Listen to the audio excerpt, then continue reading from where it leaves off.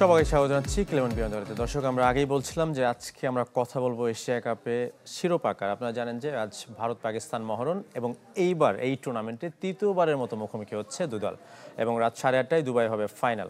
আর এই বিষয়ে কথা বলতে আমাদের সাথে স্টুডিওতে আছেন আরিফুল ইসলাম রনি, ক্রীড়া সাংবাদিক, আর আমি আপনাদের সাথে আছি সাফায়েত মিদুল। চাইলে আপনারাও আমাদের সাথে স্ক্রিনে যুক্ত হতে পারেন। স্ক্রিনে দেখার নম্বরে আপনাদের মতামত পড়ে থাকলে শেয়ার করতে পারেন।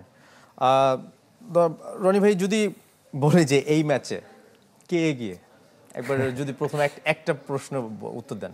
তো গোটা ক্রিকেট বিশ্ব জানে না আসলে কারা এগিয়ে। ভারত টি-20 র্যাঙ্কিং এর 1 নম্বর দল এবং এই টুর্নামেন্টেও তো তাদের দাপট আপনারা দেখেছেন। সো ডেফিনেটলি ক্লিয়ারলি ফেভারিট হয়ে, অনেক সময় ফাইনালে আসলে ফেভারিট বলে কিছু থাকে না, কিন্তু এখানে ডেফিনেটলি ভারত পরিষ্কার ফেভারিট হয়েই নামছে। এবং ভারতের শক্তির যে গভীরতা আপনি চিন্তা করেন, অন্যান্য দলগুলোর সঙ্গে যে পার্থক্য, শুধু পাকিস্তান না, এই এশিয়ার যে কোনো দলের সঙ্গে এটা আসলে অনেক অনেক। তার মানে এই যে ফাইনাল একতরফা হবে সেটা না, বাট ফাইনালের আগে ডেফিনেটলি ভারতে গিয়ে। এই গতকালকে ওয়াসিম আকরাম একটা কথা বলেছেন যে অলৌকিক কিছুর আশায় আসলে পাকিস্তান, মানে এরকম অলৌকিক কিছু হবার সম্ভাবনা আছে। হ্যাঁ, ফাইনাল ম্যাচে অনেক সময় অনেক হিসাব নিকাশ থাকে না। আগে একটা ব্যাপার ছিল যে ইন্ডিয়া পাকিস্তান ম্যাচে সবসময় দেখা যেত আগের ফর্মটা, এই দুই দল হয়তো এক দল খুব বাজে ফর্মে আছে, এক দল ভালো ফর্মে আছে, কিন্তু ইন্ডিয়া পাকিস্তান ম্যাচের যে প্রেশার এবং ওইখানে সিচুয়েশনটা আপনার হ্যান্ডেল করার ক্ষমতা, এইসব দিয়ে সব কিছু উল্টে যেতে পারতো, উল্টে যেত, অনেক সময় এরকম দেখা গেছে। কিন্তু এখন আসলে দুই দলের শক্তির তারতম্য এত বেশি যে ওই হিসাব নিকাশগুলো আসলে খুব বেশি খাটে না। স্টিল ফাইনাল ম্যাচ, ক্রিকেট খেলা। এখন পাকিস্তান তো আর হারার জন্য নামবে না নিশ্চয়ই, তারা চাইবে যে তাদের বেস্ট খেলাটা এখানে দিতে। এবং পাকিস্তানের তো হিস্ট্রি আছে, 2017 চ্যাম্পিয়ন্স ট্রফির ফাইনালের কথা যদি চিন্তা করেন, সেখানেও ইন্ডিয়া পরিষ্কার ফেভারিট ছিল, যদি ওয়ানডে সংস্করণ ছিল সেটা পরিষ্কার ফেভারিট হয়ে নেমেছিল, কিন্তু পাকিস্তান তো আমরা জানি পাকিস্তান কী করেছিল। সো পাকিস্তান যদি ওই একটা পাকিস্তান করতে পারে, পাকিস্তান করা মানে পাকিস্তান নানা সময়ই যখন আসলে তাদের দেয়ালে পিঠ থেকে গেছে, তাদেরকে নিয়ে কেউ কোনো আশা করছে না, তখন চমকপ্রদ কিছু একটা করে দেয়। এই জন্যই তাদেরকে বলা হয় যে এরকম অনিশ্চয়তা ভরা একটা দল। সো সেরকম যদি কিছু করতে পারে এবং ভারতের যদি একটা বাজে দিন আসে, এই দুটো মিলিয়ে হলে ডিফারেন্ট কিছু হতে পারে। তাছাড়া নর্মাল হিসেবে হলে তো ডেফিনেটলি ইন্ডিয়া পরিষ্কার ফেভারিট আসলে। এবং পাকিস্তানের যদি আমরা স্কোয়াডটা দেখি, সেই জায়গায় যদি কারো পারফরমেন্স আসলে সেইভাবে নেই, মানে যদি আপনি বিশেষ করে ধরেন যে ওপেনাররা কেউই ওইভাবে ক্লিক করতে পারছে না। একইভাবে যদি এখন সাইম আইবের কথা যদি বলি, তিনি এখন ব্যাটসম্যান থেকে আসলে বোলার হয়ে গেছে। মানে এই রোলটা আসলে কেমন মনে হয়? যে আপনি হয়তোবা বলে ভালো করছেন বোলিংয়ে, কিন্তু তার যে রোলটা আসলে তার হচ্ছে একটা ভালো একটা শুরু করা ব্যাটিংয়ে ব্যাট দিয়ে, তো সেই জায়গায় তিনি সেটা পারছে না। এটা কি দলের জন্য একটু হলো বোঝা কিনা? হ্যাঁ, প্রথমে আপনি যেটা বলেন যে দলীয় শক্তির কথা বলি, তাহলে যেটা বলছিলাম শুরুতে যে আসলে ডিফেন্সটা অনেক, পাকিস্তান বলুন, শ্রীলঙ্কা বলুন, বাংলাদেশ বলুন, তাদের কিন্তু দেখুন শক্তি মানে খুব বেশি বাইরে অপশন নেই। যারা এখানে খেলছে তার বাইরে খুব বেশি কিন্তু অপশন নেই। বাংলাদেশের দলে আপনি এখন কাকে নেবেন, খুব বেশি অপশনস বাইরে নাই, পুরনো কাউকে আনতে হবে। পাকিস্তানের বাস্তবতাও অনেকটা ওরকম, হয়তো ওই বাবর রিজওয়ানে ফেরত যেতে হবে, কারণ বাবর রিজওয়ানকে পেছনে ফেলে তারা সামনে তাকিয়েছিল, যাদেরকে নিয়ে তারা সেভাবে পারফর্ম করতে পারছে না। শ্রীলঙ্কার বাস্তবতা এরকম। শক্তির গভীরতাটা এই জন্যই ভারতের এত বেশি। ভারতের যদি রবিচন্দ্রন অশ্বিন কিছুদিন আগে একটা কথা বলেছিলেন যে এশিয়া কাপে প্রতিদ্বন্দ্বিতা বাড়ানোর জন্য ভারতের এ দলকেও নেওয়া উচিত, এবং নিলে সত্যিকার অর্থে এরকম হতে পারে যে ভারত এ দল হয়তো ফাইনালে খেলতো। আপনি যদি শ্রেয়াস আয়ার, ইয়াস আসবি, জায়সওয়াল এদেরকে নিয়ে আরেকটা দল করেন যারা খেলার সুযোগ পাচ্ছে না বা বাইরে আছে, দেখা গেল তাদের শক্তি এই ইন্ডিয়া পাকিস্তান, মানে পাকিস্তান, শ্রীলঙ্কা, বাংলাদেশ এই দলগুলোর চেয়েও বেশি হতে পারে বা ওই রকম। সো শক্তির গভীরতা তো এই দলগুলোর নাই। সাইম আইয়ুবের ব্যাপারটা হলো যে ওই যে বাবর রিজওয়ানকে পেছনে ফেলে যখন পাকিস্তান সামনে তাকাচ্ছে, যাদের উপর ভরসা করছিল তাদের একজন সাইম আইয়ুব। কারণ হলো ন্যাচারালি অ্যাগ্রেসিভ, তিনি আগ্রাসী ক্রিকেট খেলতে পছন্দ করেন, ট্যালেন্টেড ব্যাটসম্যান, এটা নিয়ে কোনো ডাউট নাই। কিন্তু টেম্পারমেন্টটা এই উপমহাদেশের, মানে বাংলাদেশ, পাকিস্তানের বেশিরভাগ ব্যাটসম্যানের মতো যারা ট্যালেন্টেড কিন্তু টেম্পারমেন্ট নাই, ম্যাচ সিচুয়েশনটা কীভাবে রিড করতে হবে, ওই আমার যে মানে ট্যালেন্টটাকে আমি কীভাবে কাজে লাগাবো, নিজেকে একটু সময় দেওয়া ক্রিজে গিয়ে, এই ব্যাপারগুলো এখনও তিনি অভ্যস্ত হতে পারেন। দারুণ কিছু ইনিংস কিন্তু তিনি খেলেছেন। সাউথ আফ্রিকায় গিয়ে টানা 2 ওয়ানডেতে সেঞ্চুরি করেছেন। সাউথ আফ্রিকায় একটা 98 ইনিংস খেলেছিলেন তিনি টি-20-তে। নিউজিল্যান্ডের চমৎকার একটা ইনিংস ছিল। তিনি যেদিন খেলেন ম্যাচ উইনার। সো সেই কবে তিনি খেলবেন এই ভরসায় আসলে পাকিস্তান তাকে খেলিয়ে যাচ্ছে। এবং যেটা বললাম যে এখনকার টিম ম্যানেজমেন্ট আসলে অ্যাগ্রেসিভ, পাকিস্তানের সেরা বোলার কিন্তু তিনি, হ্যাঁ, মানে 8 উইকেট, এই জন্য তাকে কিন্তু বাধা দিতে পারছে না। কারণ হলো যে তার বোলিংটা দলের ব্যালেন্সের জন্য খুব ইম্পর্টেন্ট, এবং তিনি মানে অলরাউন্ডার, কিন্তু তিনি যে বোলিং করেন শুধু বোলিং দিয়ে দলে থাকতে পারেন। তার carrom ball, off spin, leg spin খুব মাথা খাটিয়ে বোলিং করেন। এই তার বোলিংয়ে তিনি যে মাথা খাটান, এটা ব্যাটিংয়ে খাটালে দলের আরও উপকার হতো, তার নিজেরও ভালো হতো। রনি ভাই, আমাদের সাথে আমাদের সহকর্মী আছেন দুবাইয়ে, যিনি এই ম্যাচটা কভার করবেন, তাকে আমরা একটু যুক্ত করতে চাই। আরিফ, নিশ্চয়ই আমাকে শুনতে পাচ্ছেন। আমরা যেমনটা আলোচনা করছিলাম যে আসলে এই ম্যাচে কে এগিয়ে, সেই জায়গায় কিন্তু রনি ভাই ইতিমধ্যে বলেছেন যে আসলে নিঃসন্দেহে ভারত এগিয়ে, কিন্তু যদি আমরা বলি দর্শকের ক্ষেত্রে বা সমর্থনের ক্ষেত্রে, আমরা একটা কথা শুনেছিলাম যে এই ম্যাচে বয়কট করেছে অনেক ভারতীয়রা। সেই জায়গায় আসলে এই ম্যাচে দর্শক আগ্রহের কেন্দ্রে কেমন, দুবাই কেমন দেখছেন আপনি?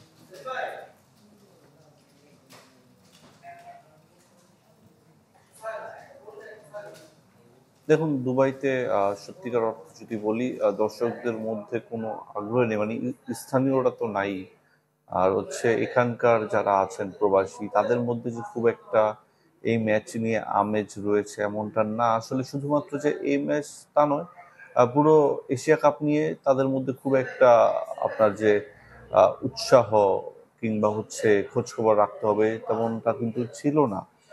উপমহাদেশের যারা আছেন সাপোর্টার, তাদের মধ্যে একরকম, প্রবাসীদের মধ্যে কিছু কিছু ছিল হয়তো একটু আড্ডার মধ্যে উঠে আসে, আমরা এখানে কাভার করতে এসেছি, তাদের সঙ্গে যখন কথা বলি, এইটুকুই। এর বেশি আসলে কোনো উন্মাদনা আমার চোখে পড়েনি, কিংবা খুব একটা আগ্রহ চোখে পড়েনি। ইভেন আজকে ফাইনালের কোনো কিছুই নেই। আপনি শুধুমাত্র যে এশিয়া কাপ তা নয়, চ্যাম্পিয়ন্স ট্রফির কথা বলতে পারি, আইসিসি ইভেন্টের কথা বলতে পারি।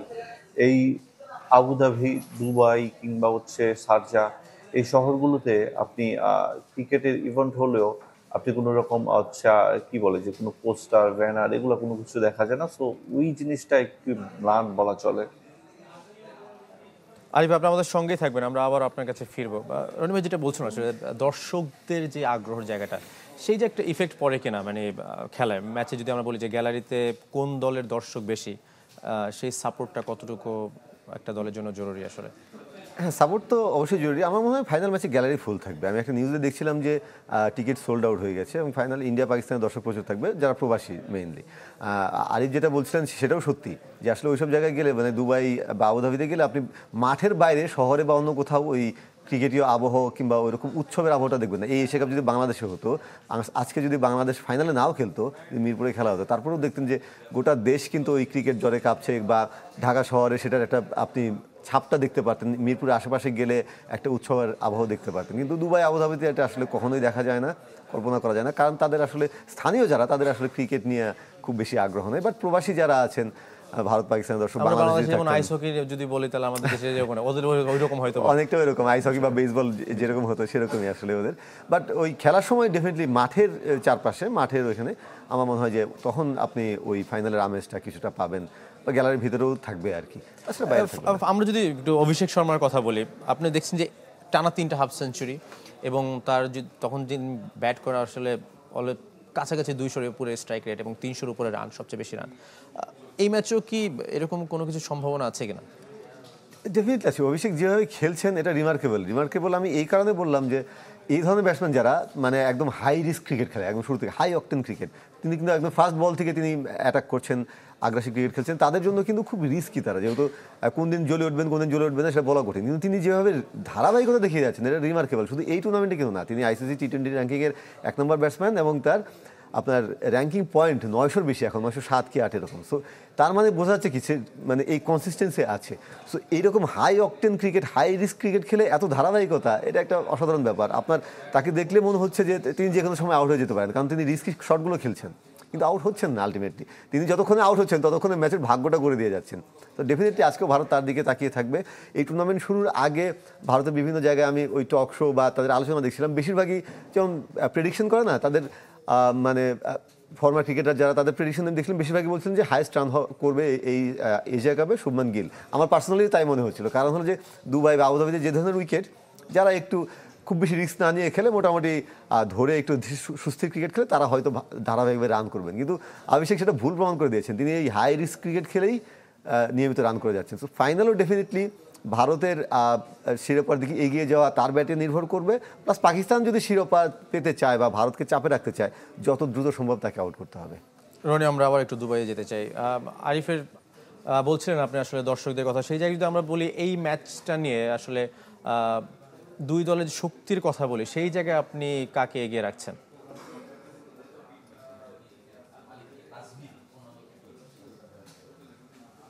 দেখুন, আপনারা যখন এই বিয়ন্ড দ্য গ্যালারি শুরু করলেন, শুরুতেই রনি ভাইয়ের কাছে যে প্রশ্নটা ছিল যে কে এগিয়ে, এটাই আসলে বাস্তবতা। সেই ইভেন্টে আপনার ভারতকে এগিয়ে রাখতে হবে। আপনি বিচার বিশ্লেষণ করেন দু দলের যে পার্থক্য, শক্তিমত্তা, এটা দেখলে শুধুমাত্র যে আমি আপনি এমনটা না, যে কেউই বলতে পারবে ভারতকে এগিয়ে রাখবে। এবং ভারত যেভাবে আসলে খেলে এসছে এবং টুর্নামেন্টে আনবিটেন টিম, শক্তির কথা বলছিলেন, যেমন হচ্ছে আপনি অভিষেক শর্মার কথাই বলছিলেন না কিছুক্ষণ আগে, সেখানে দেখবেন যে উনি টানা 3টা 50 এবং যেভাবে ডমিনেট করে খেলছেন নিঃসন্দেহে অসাধারণ। কিন্তু তারপরও আমাদের দেশে হলে কি হতো, তিনি হচ্ছেন অনেক বেশি প্রশংসাটা পেতেন, এখনো পাচ্ছেন, কিন্তু বাংলাদেশে হয়ে সেটা অনেক বেশি হতো।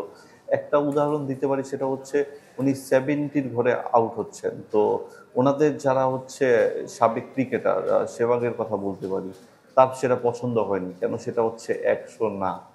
যুবরাজ সিং এর শীর্ষ অভিষেক, তাদের চাওয়া পাওয়াটা অনেক বেশি, তারা চায় যে ম্যাচটা ফিনিশ করে আসুক। তো এটা হচ্ছে একটা দলের এক্সপেকটেশন, একটা দলের ক্রিকেটার কতটা বড় করবে ইনিংস, এই যে এই ধরনের বিষয়গুলোই আসলে নির্ভর করে যে ওই দলটা কত বড়। এবং একই সঙ্গে আপনি যদি পাকিস্তানের কথা বলেন, তাদের ব্যাটিং লাইন আপের যে সর্বোচ্চ রান এই টুর্নামেন্টে এখন,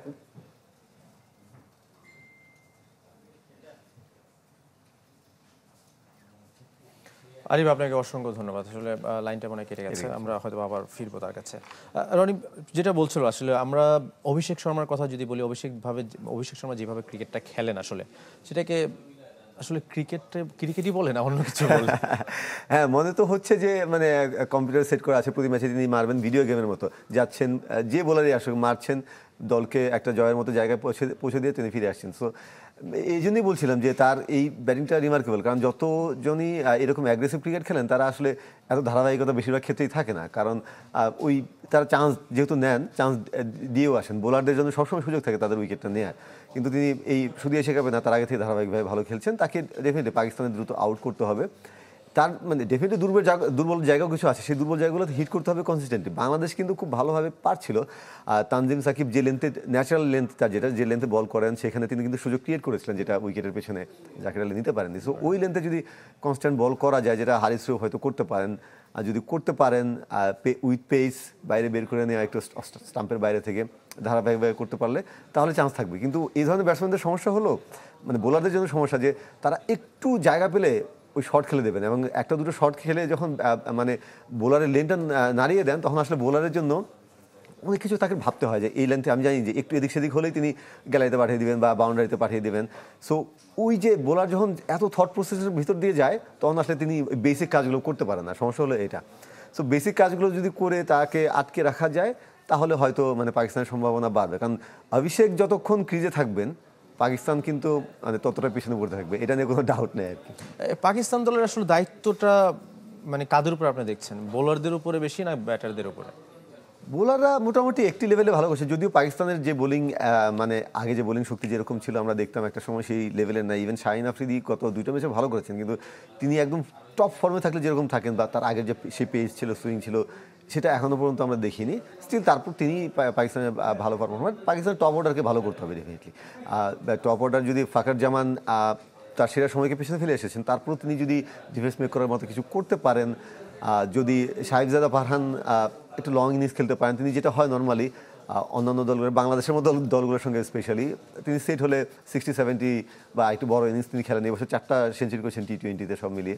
তিনি যদি একটা বড় ইনিংস খেলতে পারেন, সাইম আইয়ুব যদি তার মানে সেরা ফর্মে থাকতে পারেন, তাহলে মানে চান্স আছে। বেশিরভাগ ম্যাচেই দেখা যাচ্ছে যে পাকিস্তানের 2-3 উইকেট দ্রুত পড়ে যাচ্ছে, তারপরে তাদের মিডল অর্ডার খুব দ্রুত এক্সপোজ হয়ে যাচ্ছে, যে কারণে তারা হুসেন তালাতকে মিডল অর্ডারে এনেছে, গত কয়েকটা ম্যাচে খেলেছে। কারণ হলো যে তিনি খুব অ্যাটাকিং ব্যাটসম্যান না, ওই একটু ধরে খেলতে পছন্দ করেন, কারণ তাদের মানে শুরুতে এত দ্রুত উইকেট পড়ে যাচ্ছে, এই কারণে তাদের এটা করতে বাধ্য হচ্ছে। কিন্তু আমার মতে আজকে তাদের ওই ব্যাটিং অর্ডারে হুসেন তালাতের জায়গায় হাসান নওয়াজকে আবার ফেরানো উচিত। কারণ হলো যে এই ধরনের ম্যাচে, বিগ ম্যাচে আপনার ইম্প্যাক্ট প্লেয়ার লাগবে, যেটা হাসান নওয়াজ এই টুর্নামেন্টে খুব বেশি ভালো করেননি, কিন্তু তার সামর্থ্য আছে যে মিডল অর্ডারে নেমে মাঝের ওভারগুলোতে রান করার, বড় শট খেলার, এবং যদি তিনি ওই 15-20 বল খেলেন, তাহলে হয়তো ডিফেন্স মেক করার মতো একটা ইনিংস তিনি খেলতে পারবেন, ম্যাচের মোড় ঘুরে দিতে পারেন যদি তিনি ছন্দে থাকেন। সো এই রিস্কগুলো আপনাকে এই বিগ ম্যাচে নিতে হবে, কারণ ট্র্যাডিশনাল ওয়েতে গেলে যে শক্তির যে অবস্থা, তাতে আপনি আসলে পারবেন না ভারতের সঙ্গে। পাকিস্তান দলে তো ওইভাবে মনে হয় কোনো ফিনিশারের ভূমিকায় কেউ আসলে দেখছি না। মানে যদি আপনি দেখেন, আগে আমরা আসিফকে দেখতাম যে 5 বল খেলে মনে হবে যে না 20টা রান করতে পারবে,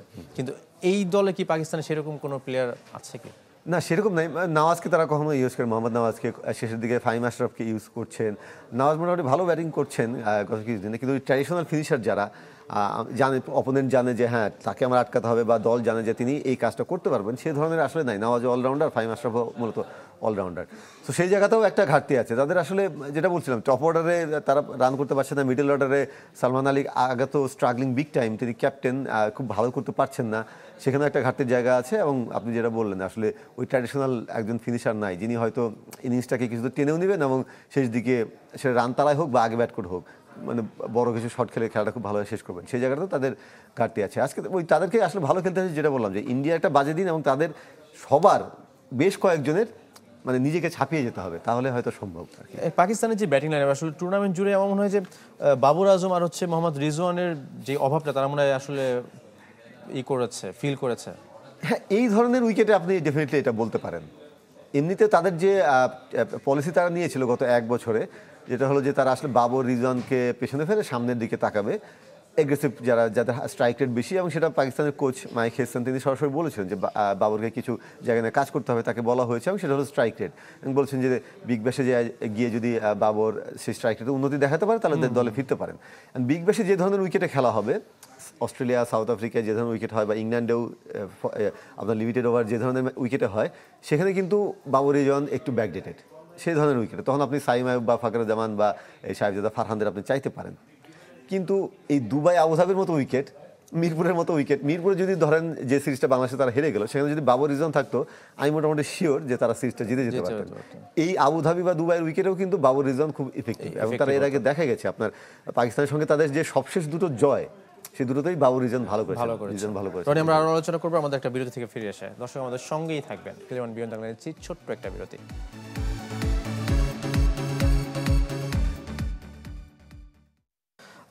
রনি ভাই, যদি আমরা একটু বলি, অভিষেক শর্মার কথা বলছিলাম যে সে অনেক ভালো ব্যাট করছে, কিন্তু তিনি আউট হওয়ার পর আসলে ওইভাবে কি ভারতের ব্যাটিং লাইন আপটা কি দাঁড়াতে পারবে মনে হচ্ছে?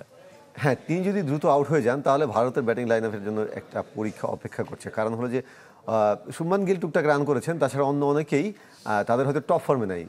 সূর্যকুমার যাদব তো ডেফিনেটলি তার টপ ফর্মে নাই, তিনি ভালো করছেন না। তিলক ভার্মা গত ম্যাচে একটু ব্যাটিংটা করতে পেরেছেন, কিন্তু তারা একদম টপ লেভেলে থাকলে বা ছন্দে থাকলে যেরকম খেলেন সেরকম এখনো পর্যন্ত দেখা যায়নি। সো ওইখানে একটা পাকিস্তানের বড় চান্স, যদি শাহিন আফ্রিদি এর আগে যেমন দেখা গেছে যে 2 ওভার দিয়ে লোকেশ রাহুল রোহিত শর্মাকে আউট করে দিয়েছেন, ভারত চাপে পড়ে গেছে, আলটিমেটলি পাকিস্তান ম্যাচটা জিতেছিল, ওরকম কিছু কি সে যদি করতে পারেন শাহিন আফ্রিদি, যে অভিষেক শর্মাকে দুটো আউট করে দিলেন বা শুভমান গিলকে, তাহলে ভারতের ব্যাটিং লাইন আপের একটা পরীক্ষা হবে, শুধু তাদের স্কিলের না, তাদের নার্ভের, এই বড় ম্যাচের কীভাবে খেলেন। ভারতের ব্যাটিং লাইন আপের একটা সমস্যা হয়ে গেছে, যেটা হলো যে যেমন আপনি শুভমান গিলকে নিয়ে আসলেন এই টুর্নামেন্টের জন্য, এর আগে পর্যন্ত ওপেন করছিলেন হলো সানজু এবং অভিষেক শর্মা, তাদের ওপেনিং পার্টনারশিপটা বেশ ভালো হয়ে গেছিল, বেশ ভালোভাবে খেলছেন। তো শুভমান গিলকে আনার পরে সানজুর ব্যাটিং অর্ডারটা তো 3 নম্বর 4 নম্বর সব জায়গায় ব্যাট করছে, 3-4 এর আগে খেলছিলেন আমাদের মেহেদী মিরাজ হয়ে গেছে। হ্যাঁ, ওরকমই। কারণ তিনি যে ধরনের ব্যাটসম্যান, তাকে আসলে নিচের দিকে রেখেও খুব বেশি কাজে লাগবে না, কারণ তাকে আপনার 3 নম্বরের মধ্যেই খেলানো উচিত, টপ অর্ডারে আর কি, ওপেনিং থেকে 3-এ। তো 3-এ তো তাদের আগে খেলছিলেন যে বাঁহাতি আউট হলে তিলক ভার্মা নামেন, ডানহাতি আউট হলে 3-এ নামেন সূর্যকুমার, এভাবে তারা খেলছিলেন। সুতরাং সানজুকে নিয়ে তাদের একটা টানাপোড়েন তৈরি হয়েছে। এক ম্যাচে তো তাকে 8 নম্বর পর্যন্ত নামানো হলো না, পরের দিকে তারা বাঁহাতি ডানহাতির কথা ভাবেন, কারণ হার্দিক পান্ডিয়াকে কখনো খেলাচ্ছেন, কখনো আকসার প্যাটেলকে উপরে খেলাচ্ছেন। সো ব্যাটিং অর্ডার নিয়ে তাদের প্রচুর নাড়াচাড়া হয়েছে, তাতে তাদের ওই যে ব্যাটসম্যানদের হয়তো যে যতটা ব্যাটিং প্র্যাকটিস হওয়া উচিত বা লম্বা ইনিংস খেলার যে অভ্যাসটা থাকা উচিত, সেখানে একটা ঘাটতির জায়গা আছে। অসংখ্য ধন্যবাদ আরিফুল ইসলাম রনি আপনাকে, এবং আমরা চাই আসলে একটা ভালো ফাইনাল হোক, আসলে এক পেশে কোনো ম্যাচ না হোক, দর্শকরা যেন দেখে আনন্দ পাক। দর্শক, শেষ করছি আজকের ক্লেমান বিয়ন্ড গ্যালারি।